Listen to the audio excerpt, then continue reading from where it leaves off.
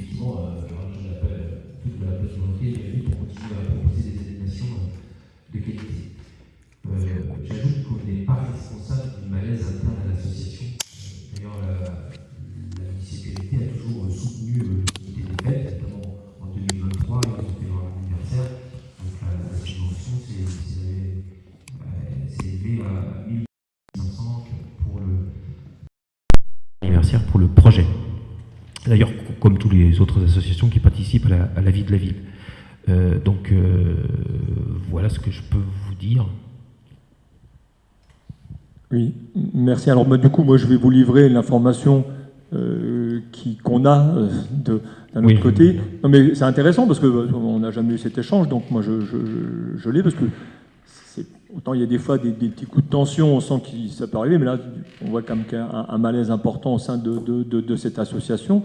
Nous, l'origine du différend, dont nous avons l'information, je ne dis pas que c'est ça, c'est que le comité des fêtes a réservé, programmé, envisagé une date pour leur soirée annuelle comme ils font tous les ans au mois de novembre, et que c'est seulement avant les vacances qu'ils ont appris qu'ils n'auraient pas la date, puisque la salle était réservée pour une soirée privée d'un agent territorial. Voilà. Et du coup, c'est là qu'est parti. Voilà, c'est de là qu'est parti, entre guillemets, le mécontentement du comité des fêtes vis-à-vis de cette soirée annuelle qu'ils font tous les ans et qui leur est chère en matière d'animation. Et tu as raison de souligner que l'année dernière, c'était les 40 ans, donc cette soirée avait une dimension un peu plus importante. Voilà. Donc, je ne sais pas si cette information est fiable, hein. Moi, je la mets là. Mais en tout cas, une chose est sûre, c'est que ça ne va pas bien dans le comité des fêtes. Et c'est apparemment à partir de cet événement-là que, du coup, ça a créé des perturbations internes. Voilà. Alors, je crois qu'il faut dissocier les deux choses, à savoir la capacité qu'a aujourd'hui, on peut le déplorer, hein, on est tous malheureux pour eux, la capacité du comité des fêtes à organiser des événements. Et ça, c'est beaucoup d'associations qui sont comme ça. Aujourd'hui, ils ne sont plus beaucoup. Pour tout vous dire, ils nous ont dit qu'effectivement, ils auraient du mal à faire autrement qu'une petite buvette si jamais il avait pu faire le troc et puce, ce qu'ils appellent le troc et puce. Sur l'information, sur le fait qu'il y ait eu une incompréhension sur une réservation de salle. Alors ça, c'est vrai, c'est-à-dire qu'il y a un agent qui m'a demandé s'il était possible de réserver une date. Lorsque la date a été évoquée avec le comité des fêtes, il a été évoqué la possibilité de trouver une autre date pour le comité des fêtes. En l'occurrence, je crois que c'était le 16 novembre, donc de repousser au 23 novembre. La réaction des personnes du comité des fêtes n'a pas été appropriée, et notamment vis-à-vis de l'agent qui se trouvait avec lui ce jour-là. D'où, et on s'en souvient, parce que ça devait être le même jour, je pense, je ne suis pas sûr, ou le lendemain, d'où la non-captation depuis ce jour, par exemple, du conseil municipal. Alors, on ne leur demandait pas de faire les captations, c'est eux qui sont proposés, très bien. Mais il y a eu, du jour au lendemain, sans nous prévenir, un abandon de la coopération, on va dire, avec la commune, avec des mots qui n'auraient pas dû être dits et des gestes inappropriés pour moi. Voilà. Donc après, on leur a posé, en enlevant ça, en dissociant les deux, parce que je sais ce qui se dit sur les réseaux, il n'y a pas de souci, qu'on veut la mort du comité des fêtes. On ne veut pas la mort du comité des fêtes. Nous, on veut que les animations perdurent. Donc pour que les animations perdurent, il faut pouvoir mettre les moyens en face. Alors on essaye de le faire. Je pense qu'au début du mandat, le comité des fêtes, il faisait moins de choses. On les a associés avec, par exemple, la fête de la musique, et d'ailleurs pour le bonheur de tous, pour le marché de Noël, et ils assuraient très bien, je ne sais pas ce qu'ils vont faire par la suite, par exemple le Noël des enfants et le Noël des anciens. Aujourd'hui, je ne sais pas combien ils sont, mais enfin ils nous ont dit qu'effectivement ils avaient de gros problèmes. Je ne sais plus, ils doivent faire une AG avant le 3 octobre, donc dont acte. D'accord, mais du coup là, Ouais, c'est ça. Il y a bien eu un sujet au départ qui a peut-être été, je sais pas, un truc étincelle, qui a donné des... Non, mais qui a provoqué des réactions. Je ne sais pas si c'est au départ, parce que c'est pas ça qui fait qu'ils seront 20 ou 30 demain pour assurer les manifestations. Moi, je discute pas là-dessus. Je dis, mais il y a eu, entre guillemets, cet événement-là qui a, entre guillemets, donné à des réactions inappropriées, hein, si je reprends ce que tu dis. Voilà. Bon, du coup, je pense quand même que dans des situations, dans une relation, il peut y avoir des coups de sang. Sur lesquels après, quand ça retombe, voilà, on rediscute et on retrouve. Là, je trouve que c'est un peu plus profond, parce que j'ai pas un sentiment que ça se recolle. Hein, voilà, ils sont pas là. Et puis on voit qu'il y a eu des démissions dans le comité des fêtes, il y a des tensions. Enfin, donc on sent quand même que cet événement-là a, entre guillemets, pour moi, fragilisé quelque chose qui était peut-être pas bien solide, qui était, mais voilà. Bon, mais en tout cas, ça confirme bien l'information que ce sujet-là a été à un moment donné, entre guillemets, peut-être bousculé, parce que les sujets de ressources du comité des fêtes, il l'avait. Alors j'entends sur le repas des anciens, moi j'ai compris que le repas des anciens, il serait, il aurait lieu au Millennium en fin d'année. Alors peut-être que c'est là aussi une fausse information que j'ai, ou je ne sais plus comment on l'a eu, mais en tout cas, le repas des anciens, il n'aura pas lieu sur Pomponne cette année. Non, mais ça. Alors, donc il n'y a pas besoin du comité des fêtes. Ça n'a rien à voir en fait. Oui, non, mais je le sais. Je me dis que, mais du coup, il n'y a pas besoin du comité des fêtes pour le repas. Parce que comme tu le citais, quand tu disais, je ne sais pas ce qu'ils vont faire pour l'arbre de Noël et le repas des anciens, le repas des anciens, ils n'ont pas besoin, on ne les sollicite pas. La question reste posée. Ils assuraient toute la partie technique. D'ailleurs, ils se proposaient d'eux-mêmes d'assurer les parties techniques de beaucoup de manifestations. C'est pas ça que je dis. Je dis, quand tu as formulé, tu dis, je ne sais pas ce qu'ils vont faire pour les... Ils sont pas là ce soir, ils font pas. Je ne sais pas ce qu'ils vont faire pour l'arbre de Noël des enfants. Et tu as dit pour le repas des anciens. Et je dis juste pour le repas des anciens. Oui, c'est ça, tu as dit. Oui. Et donc je dis, il n'y a pas besoin pour le repas des anciens, puisqu'il est... Donc c'est juste cette petite parenthèse. Oui, Voilà. Et ma dernière question pour moi, après je passerai le micro à Jean-Marc. Quelle action avez-vous engagée pour retrouver l'auteur de l'important dépôt sauvage, Keith Godino, début août, en comprendre la raison et prendre les décisions utiles pour prévenir une récidive? Les moyens de surveillance actuels sur cette zone ne permettent pas d'identifier le ou les auteurs des faits.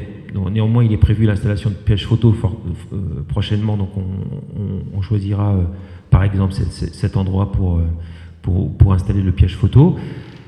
Par ailleurs, il est bien précisé que dans la convention, puisqu'il peut y avoir cette hypothèse-là, précisé dans la convention de location des jardins potagers, que les encombrants sont à disposer face aux habitations du quai Godino, donc pas à cet endroit-là, en fonction du planning de ramassage du street train, c'est-à-dire le premier mardi de chaque mois pair.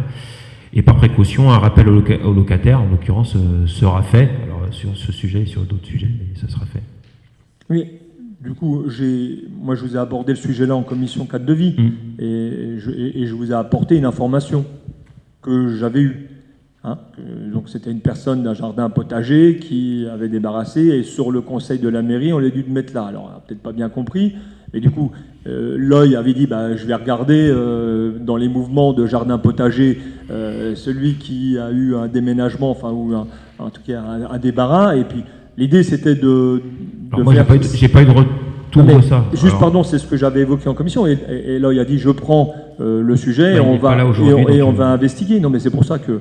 Voilà. Mais, je lui poserai la question. Enfin, voilà. Oui, voilà, c'est ça. Il y a une piste qui a été donnée sur l'origine. Alors, je veux dire, aujourd'hui, de ce que j'ai apparemment involontaire, de ne pas mettre au bon endroit les dépôts, mais c'était ça, quoi. Et de se dire après, pour éviter qu'on ait un deuxième tas, parce qu'il est resté quand même quelques jours, le gros dépôt, puis il a commencé à se développer. Donc c'était dire, arrêtons, parce qu'après, on va voir, c'est plus un camion qu'on va voir, c'est un train. Voilà.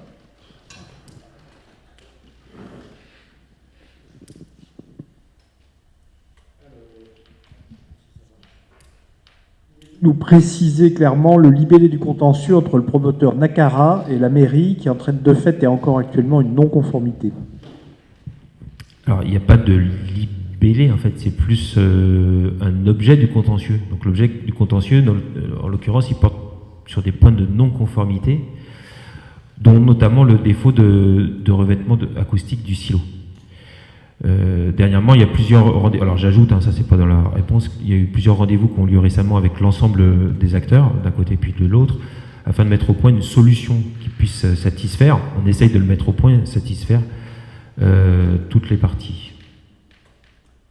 Donc il n'y a qu'une seule non-conformité, c'est le revêtement. Non, on est en train d'analyser justement avec les parties. Les différents points de non-conformité. J'ai dit non, dont notamment le revêtement acoustique du silo, parce que il y a certains points sur lesquels c'est à vérifier, c'est à consolider. Parce qu'il y avait un sujet aussi sur les places de parking, les places de stationnement. C'est pas clair. Et c'était, moi, l'information qu'on avait à l'origine, en tout cas, c'est ce sujet-là qui a créé la non-conformité, mais sur la précédente mandature. Absolument, oui, mais c'est pour comprendre. Bien sûr. Un truc qui m'a l'air d'être bien enlisé, bien enquisté, ou je ne sais pas comment il faut trouver les termes. C'est-à-dire qu'on n'arrive pas à émerger, trouver un compromis. Là. C'est ce qu'on essaye de faire, et peut-être... Et donc, pardon, juste c'est que le revêtement anti-bruit du silo était une posture du promoteur qui avait dit, puisque en été vous me taquinez, vous m'embêtez sur les stationnements, moi je ne vais pas faire le revêtement anti-bruit et tout, qui était apparemment un plus, donc c'est quelque part une mesure de rétention ou de préservation, je ne sais pas, du promoteur. Mais le contentieux de base, la source, c'est le sujet du stationnement. Voilà. Comme je l'ai compris, comme on me l'a expliqué. Mais c'est pour ça qu'à un moment donné, tout le monde s'y perd, et j'ai l'impression qu'on parle de choses et d'autres. Et donc je me dis, à un moment donné, au TA, il y a bien un truc qui a été formulé pour faire en sorte, parce que c'est des vrais sujets de contrainte. Et je pense qu'il y a des ventes qui sont annulées à cause de ça. Et moi, je me mets à la place du propriétaire qui veut vendre et qui voit que la non-conformité, du coup, fait hésiter et lui fait échapper l'acheteur potentiel. Moi, je peux faire comprendre que ça, surtout quand j'ai le sentiment que le truc là est un truc un peu politique, pas forcément cartésien, et qu'on n'arrive pas à faire la part des choses. Voilà. Pour continuer là-dessus, mais sur la non-conformité liée notamment à des ventes, pour être un papier indispensable lors d'une vente, notamment notariée, bien évidemment, moi j'ai aucune preuve qu'il y a des ventes qui ont été annulées ou fragilisées par ça, dans la mesure où de toute façon tout le monde est logé à la même enseigne. Je dis pas que ça vaut rien, je dis juste que c'est le cas. Sur l'origine, on partage l'origine du problème, mais je suis pas si certain que ça, que c'est pas parce qu'on prend un motif qu'il est forcément bon. D'ailleurs, c'est pour ça qu'il y a des juges.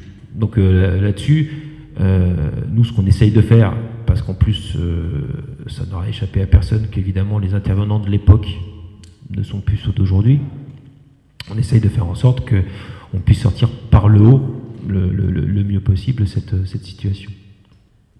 Ok. Quelles actions avez-vous engagées pour retrouver l'auteur des coulées de béton sur la rue du Port et la rue de Paris, et quelles suites ont été données? Alors, la police pluricommunale verbalise régulièrement les auteurs de ces dégradations, ça c'est un premier point, dont il y a eu un PV qui a été dressé par le système de vidéoprotection. Je crois que c'est le camion Toupie qui était vers la rue de la Gare.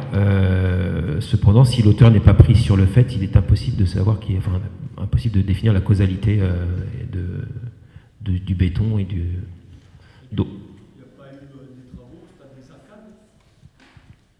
Parce qu'une toupie de béton dans la rue du Port... Non, je pense que c'est quand... potentiellement, quand ils font demi-tour.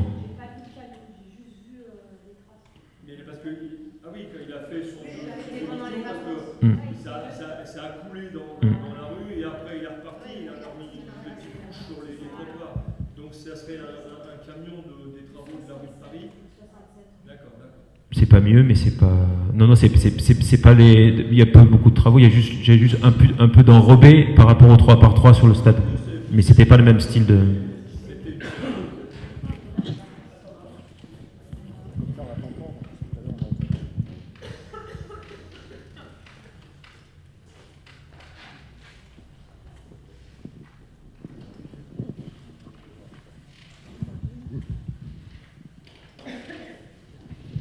À nous. Oui, pardon. Vous avez répondu à la première question, à la deuxième, sauf un point. Le suivant. Ah. Ouais. Au niveau des écoles, la municipalité, il faudrait qu'elle fasse exemple aussi. Derrière, au niveau de la cour de l'élémentaire, l'élagage, il n'a pas du tout été fait. Et là, avec les mauvais temps et tout, les personnes ne peuvent pas se croiser, on ne peut pas descendre. Ça serait bien que, du coup, même si le marché ou les marchés vont venir, et du coup, qu'on fasse le nécessaire. Bien sûr, on fait une visite là, je ne sais plus, prochainement, avec le prestataire. Merci. Alors, au niveau des comités des fêtes, j'avais un point 3. Le 6 octobre prochain, monsieur le maire et ses élus organisent une journée de la cave au grenier. Pouvez-vous nous indiquer les modalités? Ce point n'ayant... Donc, on a bien compris qu'il fallait être... qu'on restait sur les mêmes paiements de droits d'occupation. Là où les gens s'étonnaient, c'est qu'on fasse payer les pomponnets, du coup, et que pour des professionnels au marché de Noël, on ne les fasse pas payer. C'était dans ce but-là l'interrogation, du coup. Parce que bon, les gens ont découvert sur le site. Non, mais les gens ont découvert sur le site et les gens, ont fait un rapprochement en disant on ne fait pas payer des professionnels du commerce, mais la mairie se permet de faire payer les pomponnets. Non, mais. Bah, c'est comme ça partout, en fait. C'est-à-dire que. Dans la réflexion, on pourrait se dire, on devient professionnel, c'est gratuit pour nous sur Pomponne, on peut faire du commerce. Sur les autres communes, c'est les comités des fêtes et les associations qui gèrent. C'est pour ça serait à vérifier aussi. Du coup, ils sont tous en illégalité. Et je pense qu'au niveau de Marne-et-Gondois, il va falloir qu'ils revoient tous. On est précoce dans le domaine et on s'est mis peut-être en légalité, mais peut-être que les autres communes ne le sont pas. Ce sont les associations et les comités des fêtes. Du coup, ça rentre dans leur gestion et dans leurs frais de... Oui, mais c'est pas pour... Enfin, donc là, c'est juste à se dire, la municipalité organise un truc et du coup, elle fait payer, mais elle ne fait pas payer les professionnels. Après, c'était dans ce but-là qu'on posait cette question-là. On remonte juste l'information des gens et on le voit, voilà. Mais parce que tu crois qu'avant, les pomponnets qui payaient se disaient « Ah, au moins je fais une bonne action pour le comité des fêtes ?» Ils faisaient une action pour eux. D'accord. Et ils faisaient bénéficier à une association aussi en payant leur place. C'est le parallèle qui pose problème, qui pose question. C'est la gratuité pour les commerçants. Et en fait, nous, on paye. C'est juste cette interrogation-là qui nous a été faite. Ah, alors... On nous a demandé de transmettre. Oui, oui, d'accord. Les commerçants, ils viennent proposer un service. Après, faut aussi les attirer. C'est-à-dire que si on commence à faire payer les food trucks, on va avoir zéro food truck. Après, les food trucks sur l'ANI, ils payent. Sur les autres communes, ils payent. C'est parce que peut-être qu'ils font pas assez de chiffre d'affaires sur notre commune. C'est peut-être ça aussi l'interrogation. C'est pour ça qu'il faut les attirer. Mais là, on les attire depuis combien de temps maintenant? Depuis 4 ans 5 ans? Mais ils ne restent pas. Même en leur faisant la gratuité. Non, Fabrice, il ne reste pas. Il n'y a personne. Il paye. Pour avoir discuté avec les food trucks récemment, le dernier qui était là en date, je lui ai demandé combien de clients il y avait sur la commune. Il m'a dit même pas de 5, 6, ça dépend les soirs. 5, 6 pomponnets. C'est des habitués qui les suivent et qui se déplacent pour venir chercher. Et c'est la réponse. Donc, à un moment donné, pourquoi on fait une gratuité pour les commerçants, du coup? Parce que ça ne joue en rien sur leur chiffre d'affaires. C'est pas gratuit. Ils payent à l'année. Alors, eux, oui, mais ceux du marché de Noël et autres, je veux dire, bon, voilà. Ah. Le marché de Noël, c'est... Enfin... Non, mais après, j'assume, on avait pris une décision justement pour le dynamiser, mais d'un côté, il y a une autre partie qui fait que... Voilà. On regardera le bilan de l'opération du vide-grenier, et puis peut-être que ça nous donnera plein d'enseignements. Aujourd'hui, tout est dur. Faire une animation, c'est compliqué, ça met beaucoup de ressources. La première année, ça marche pas. La deuxième année, il pleut. Troisième année, c'est voilà. Après, moi, je veux bien qu'on arrête d'essayer. Non, mais et puis, tu sais quoi, Non, mais c'est pas un reproche. C'est juste les gens qu'il faut remonter. On est là pour faire remonter l'info. C'est compréhensible, je veux dire. Demain, c'est comme si on faisait la gratuité pour une fête foraine ou des choses comme ça. Voilà. Ça serait logique en se disant on va en apporter quelque chose de nouveau sur la commune. Là, c'est juste le rapprochement que les gens se disent. Sur la page de la mairie, c'est publié, on rappelle qu'on cherche du monde pour le marché de Noël, c'est gratuit pour les commerçants. Et que la Pomponne très bien organise du coup le vide-grenier. Ils savent peut-être pas que le comité n'est pas dedans ou autre, mais ils l'organisent et pour nous c'est payant. C'est juste ça la réflexion que les gens se sont fait.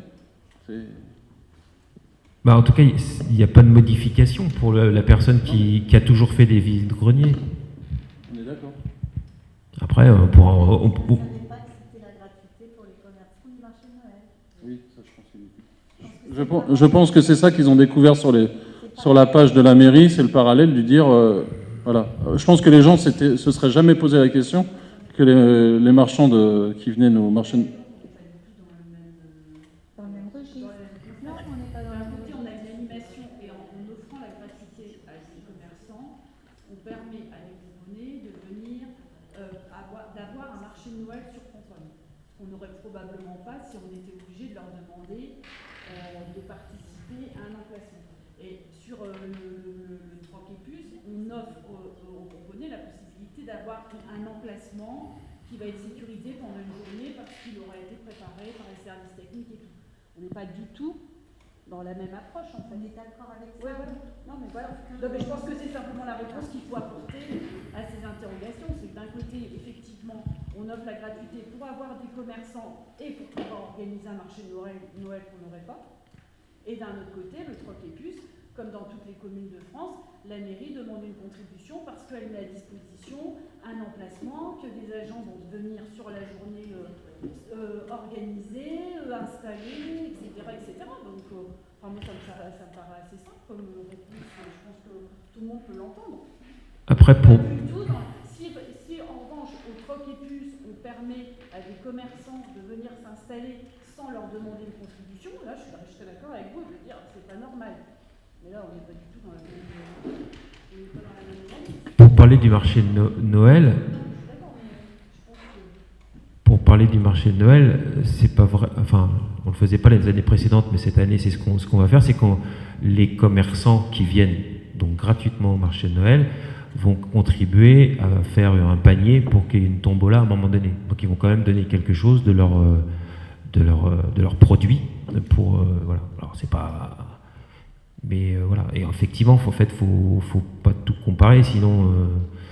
On dira pourquoi les médecins s'installent gratos là et puis pas là, ou vous voyez. Mais d'accord pour prendre le point. Mais... Et en fait, nous, on transmet les interrogations de certains Pomponais qui nous interrogent et qui nous posent des questions et qui disent, ben voilà, on est étonné. Est-ce que lors du conseil municipal, vous pouvez poser la question? Voilà. On pourra travailler dessus si vous le souhaitez. On a déjà... Voilà. Ok. Jardin potager. Lors du conseil municipal du 5 juin 23, suite à la demande de notre groupe, un point a été fait sur les jardins potagers. 5 parcelles venaient d'être attribuées. Aujourd'hui, environ un tiers des jardins ne sont pas cultivés.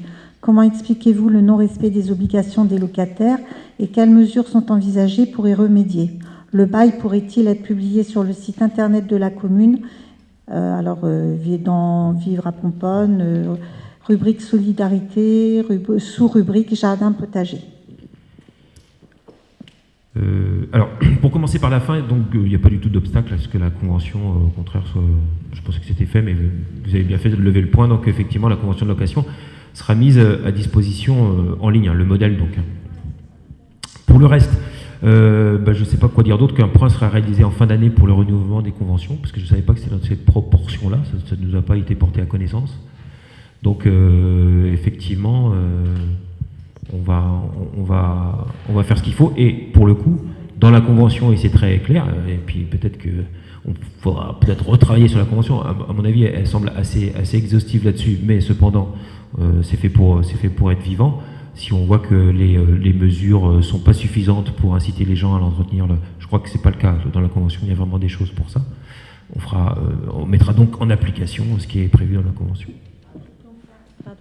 Je pense que la convention, on l'avait bien travaillée, c'est clair. C'est juste le suivi et la mise en application, et du coup, les contrôles qu'on devrait mettre. C'est-à-dire que nous, on est allé à l'attribution des 5 nouveaux lots. C'était très occupé, sauf un qui était en cours de. Donc, s'il y a un tiers de non occupés, c'est pas un Non tiers. cultivé, pardon. Non cultivé, c'est assez récent. Cultivé, Après, l'appréciation du non cultivé, pardon, excusez-moi, Dominique, l'appréciation du non cultivé, lorsqu'on est en période de semis, de repos de la terre, c'est plus ou moins appréciable. Après, je vous fais confiance. Comment? D'accord. Non, mais ok. Il y a même des jardiniers à côté qui râlent, qui disent en fait ça graine, etc. et ça nous enquiquine. Voilà, c'est ça. D'où la convention qui fait pour ça. Il faut que tout le monde joue le jeu. Là, vous avez répondu à cette question sur l'entretien des espaces. Donc, rentrée scolaire, c'est à toi de lire. Oui. Donc, point 6, la commission Action sociale et affaires scolaires et périscolaires, petite enfance et jeunesse, s'est réunie le 19 septembre 2024. À l'ordre du jour ne figurait aucun point sur la rentrée scolaire des petits Pompennais. Monsieur le maire, pouvez-vous nous faire un retour et détailler sur la rentrée de septembre? Absolument. Donc nous avions tout organisé pour que la rentrée se fasse dans l'extension, tout chantier livré et dans les meilleures conditions. Les défauts d'intervention et les décalages de planning des entreprises nous ont contraints à repousser les meilleures conditions à la Toussaint pour des raisons de sécurité, puisque j'évoquais la commission de sécurité tout à l'heure. Les prestataires ont aujourd'hui jusqu'au 30 septembre pour procéder à ces levées de réserve. Au-delà, des pénalités seront appliquées. Nous avions déjà prévu l'éventualité d'un tel retard et les mesures sont déjà prises pour que la rentrée de novembre se fasse dans les fameuses meilleures conditions. S'agissant de nos petits Pompennais, la rentrée n'a pas été simple du fait de la fermeture de classe. Toutes nos équipes avaient travaillé d'arrache-pied pour offrir une reprise optimale à nos enfants et tout s'est très bien passé la première semaine, jusqu'à la fameuse annonce. Cette réorganisation des classes qui se retrouve très peuplée avec des doubles niveaux assez difficiles, grande section CP par exemple, a été très pénible autant pour les enfants que pour les enseignantes et les ATSEM que pour la nouvelle directrice. En ce qui nous concerne, nous avons soutenu autant ce que nous avons pu et nous continuons de les accompagner au mieux, mais les enfants ont effectivement été très perturbés et tout le monde est très éprouvé. Il faudra peut-être faire avec, mais malgré les courriers envoyés autant par moi-même que par les parents, les réponses pour aujourd'hui ne sont pas encourageantes. Il est très important pour l'avenir, je précise, que tous les enfants soient à l'école le jour de la rentrée pour le comptage, ou à minima, que les parents préviennent de leurs absences. Le comptage de rentrée, en l'occurrence, était, on le sait, inférieur à la réalité de environ je pense que c'est le chiffre de 12 enfants à cause de ça, 370 au lieu de 382. Nous espérons tous que la phase de la carte scolaire 2025 en février nous rendra cette classe supprimée en dépit du bon sens. Mais cela ne sera probablement que pour la rentrée de septembre 2025. En tout cas, nous restons mobilisés sur le sujet, puisque je crois que personne n'a dit ces derniers mots. On fera effectivement avec je pense qu'il y aura un conseil d'école aussi qui traitera de ce sujet. On est tous un peu victimes en fait de ça. Pour tout vous dire, on s'attendait à une ouverture de classe et on a eu une fermeture subie une semaine après la rentrée des classes. Est-ce que vous voulez d'autres précisions? Non, juste le jour de la rentrée, il y a eu un petit couac sur une classe de maternelle qui n'était pas du tout prête. On a quand même essayé de... La deuxième rentrée. La deuxième rentrée, oui, c'est vrai. La rentrée du jeudi, oui, la rentrée du jeudi. Alors, Bon, et c'était un peu difficile pour l'enseignante remplaçante qui était en poste. Pas de classe pour accueillir les petits. Alors, en fait, ce qui s'est passé, c'est le jour de... Je crois que le jour de l'annonce, c'était le vendredi. Le vendredi soir, moi, je fais une lettre à l'inspectrice. Et je crois que les parents d'élèves aussi ont fait la lettre quasiment au même moment. Avec une décision, on ne savait pas quelle allait être la carte et on demandait un recomptage, en fait. Parce que, mais ça, on peut aller ici, mais... Aujourd'hui, on a une situation où à Pomponne, on a plus d'élèves que l'année dernière au même moment, et on ferme une classe. 382 pour 372, on a une dizaine d'élèves en plus.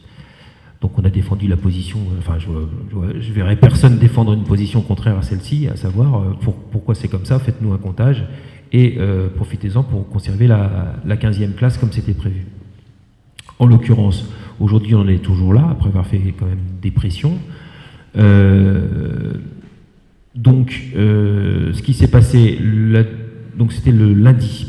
Le lundi, les choses se précisaient, mais la carte n'était toujours pas faite. C'est-à-dire, c'est pas nous qui la faisons, hein. Quelles sont les moitiés de classe avec telle moitié de classe. Donc je suppose que les professeurs ne savaient pas quelle classe ils allaient se voir attribuer, ni le nombre d'élèves qu'ils allaient avoir. Mardi, c'était une grève nationale. Mercredi, je crois que c'est assez tard que finalement la composition des élèves au sein des classes du groupe scolaire a été consolidée. Et effectivement, parce qu'il fallait voir la journée du mercredi, hein, tout le monde courait partout pour refaire les classes, etc. Je pense qu'il y a une classe où les consignes n'avaient pas été données. La directrice ne peut pas obliger un professeur à venir travailler alors qu'il doit être sur son temps de repos. Donc la question n'est absolument pas là. Donc effectivement, le jeudi, de toute façon, tu m'en as informé dès la rentrée. Le jeudi, il y a eu effectivement une classe qui était en débarras, on va le dire comme ça, et ça a nécessité peut-être ton soutien avec trois papas, deux mamans, et puis les profs qui restaient, peut-être les ATSEM. À mon avis, un quart d'heure après, on était revenu à une situation presque normale, sans dire idéale, mais presque normale. Une heure après. Une heure après, Ouais. d'accord. Merci. Disons qu'il y a eu un couac quand même. C'est que, oui, il y avait bien les post-it avec marqué que ça devait être mis. Bon, alors on va dire, il y a eu peut-être un problème de temps, de couac c'est que du coup, la maîtresse était dans la capacité d'accueillir les petits, que Catherine était présente avec nous ce jour-là, impossible de joindre les techniques. Et quand tu as un parent qui passe devant les techniques, on répond quand même les techniques qui viendront bien plus tard, alors que le temps pressé quand même, ça devient une urgence, je pense. Puisque l'aménagement est de la partie communale et pas des enseignants, ni de l'éducation nationale, et qu'un papa passe devant la mairie et filme les agents techniques en train de rigoler, de boire leur café, en train de remplir le camion de panneaux de signalétique. Qu'est-ce qui était le plus urgent du coup ? De faire intervenir au niveau de l'école pour qu'on respecte et que du coup l'enseignante puisse agir, ou de voir un film d'un parent qui passe et qui voit du coup en disant « on a emménagé la classe et vous voyez, regardez, pendant que vous étiez en train de faire les guignols, vous parents à l'école, ça s'amusait bien à Pomponne. » C'est ça, je dis. C'est surtout ça le problème, c'est que nous, du coup, on n'a pas pu répondre. Là, tu me l'apprends ce soir, ça. J'avais pas cette info-là. C'est juste qu'à un moment donné, c'est que nous, on n'a pas su répondre. Ça devient une urgence, on est bien d'accord. Du coup, c'est impossible. Catherine, elle ne pouvait pas joindre les techniques, elle n'a pas réussi à les joindre. Quand tu vois le directeur jeunesse de Pomponne qui est avec Catherine présente pour soutenir les parents, très bien. Et hop, dès qu'on entend qu'il y a une classe qui n'est pas là, il repart en mairie. Je pense qu'il aurait pu donner un coup de main aussi. Voilà. On parle de monsieur Lionel Lemaire. Oui, non, d'accord, mais tu parles de quel jour ce jour-là, le jeudi. Donc voilà. J'avais pas ces infos-là. Non mais voilà, c'est que... Ok, ça a été fait, ça a été traité, parce qu'au début, la directrice ne voulait pas que les parents interviennent dans l'école non plus. Donc, voilà. C'est parce qu'on a insisté, mais je veux dire... À un moment donné, je pense que nous, municipalité... Moi, j'interviens pas. Non, mais nous, municipalité, à un moment donné, quand on voit qu'une classe n'est pas prête, je pense qu'il y a des priorités et que du coup, on devrait mettre les agents sur le terrain pour résoudre cette priorité-là. C'est tout. Mais on n'avait pas connaissance que la salle... Si, on l'avait, la connaissance. Quand on est arrivé sur place. Non, mais le jour qu'on est arrivé, le matin que la deuxième rentrée scolaire, le jeudi, que la classe n'est pas prête, qu'il est plus de 9 h le matin et que l'enseignante est en pleurs, la directrice ne sait pas quoi faire avec son enseignante, et que du coup, que Catherine présente agisse avec nous pour faire bouger les choses, et que du coup, au niveau des techniques, elle n'arrive pas à les joindre, et qu'on n'a pas de solution, nous, communale, à répondre pour aménager la salle. C'est ça c'est pour ça. Si ça s'est passé comme ça, je me demande pas de cautionner un truc qui est... Non, mais il faudra à nous de voir pour l'avenir que ça ne se reproduise plus, parce que j'espère qu'il n'y aura pas de fermeture l'année prochaine ou autre, mais je veux dire, voilà, c'est quand même bête d'apprendre ça et de voir ça comme ça. Je pense que si Catherine avait réussi à les avoir... Bah, c'est quand même dommage. Non, mais voilà. Okay. La rentrée scolaire à 8h30, les agents ils commencent pas à 8h30 sur Pomponne, c'est ça. C'est que Catherine, première adjointe, n'arrive pas à joindre les services techniques ou la mairie pour qu'ils viennent en urgence s'occuper Voilà. D'accord. De modifier leur planning. Je prendrai le point. Je vais bien prendre le point. En l'occurrence.